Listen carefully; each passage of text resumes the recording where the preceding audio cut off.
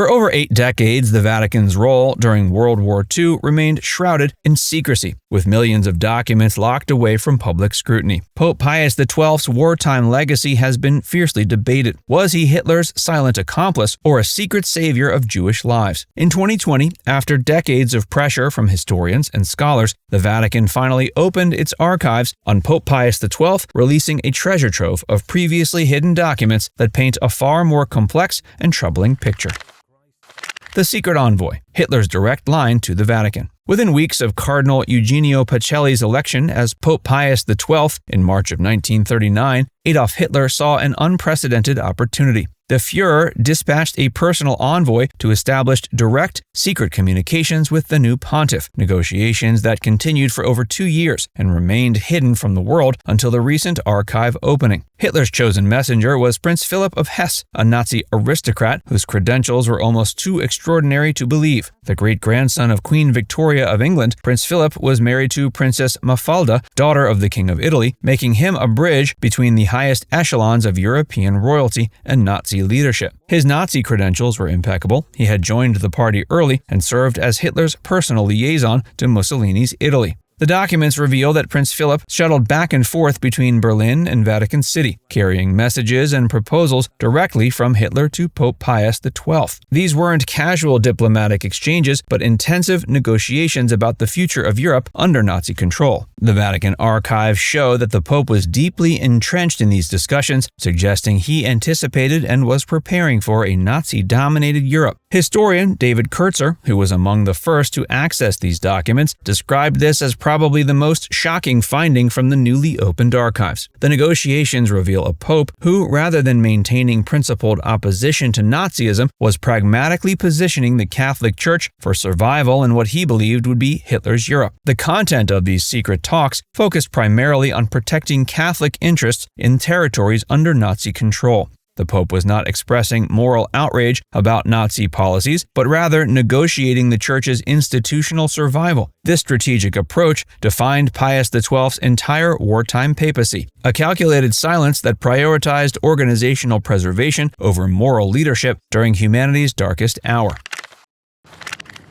Well, October 16th, 1943, the SS had lists of all the Jews in Rome and went door to door and tried to arrest all of Rome's Jews, thousands of them. They found about 1,260, arrested them, brought them to a military college just outside the walls of the Vatican, and held them there for 2 days.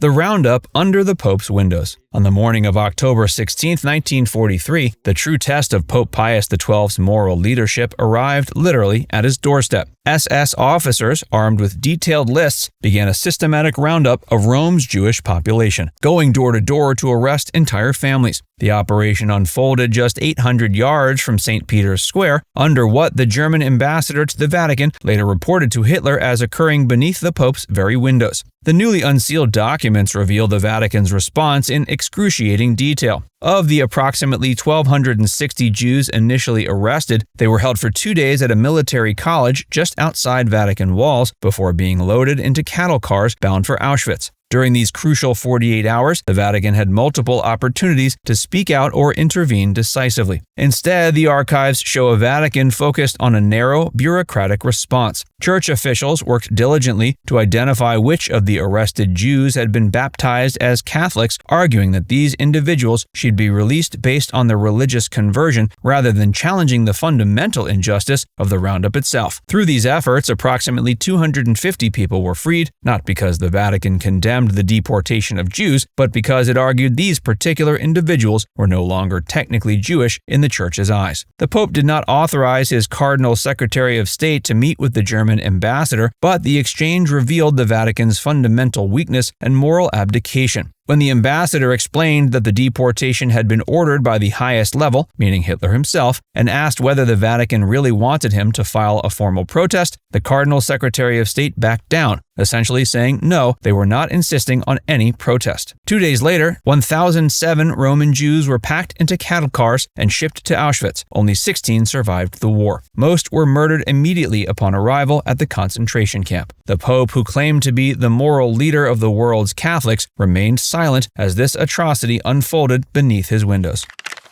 The anti-Semitic mindset within Vatican walls. The newly opened archives expose something perhaps even more disturbing than the Pope's silence: the deep-seated anti-Semitic attitudes that permeated the Vatican hierarchy and influenced crucial decisions during the Holocaust. These documents reveal that the Vatican's response to Nazi persecution was shaped not just by political calculations, but by centuries-old prejudices against Jews. A particularly revealing exchange occurred during the 1943 Roman Roundup, when the Pope's longtime Jesuit emissary to Italy's fascist regime, Father Pietro Tacchi Venturi, urged the pontiff to make a private oral protest to the German ambassador. Even this modest suggestion was couched in anti-Semitic language. Tacchi Venturi argued there was no need for violence against Italian Jews because Mussolini's racial laws were already sufficient to contain what he called the, quote, tiny Jewish minority within its proper limits. When Pope Pius XII sought additional counsel, he turned to Monsignor Angelo Dell'Acqua, his expert on Jewish affairs. Dell'Acqua's response, preserved in the Vatican archives, provides a chilling window into the anti-Semitic mindset that influenced Vatican policy.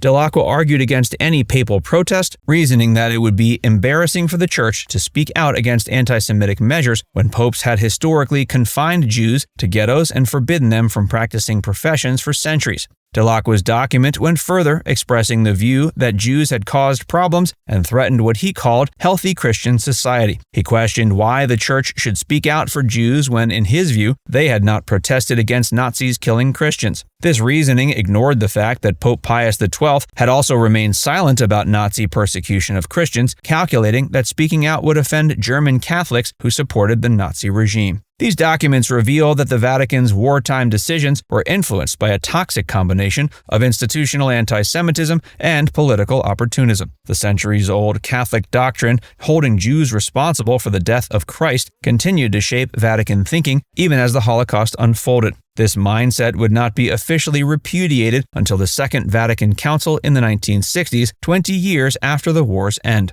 Dell'Acqua, the author of the anti-Semitic memo advising against helping Jews, later became Cardinal Vicar of Rome, illustrating how these attitudes were not aberrations, but part of the institutional culture that shaped Vatican policy throughout the war years. Now it's time to hear from you. Which part of the story was most surprising to hear about? Let us know in the comments section below.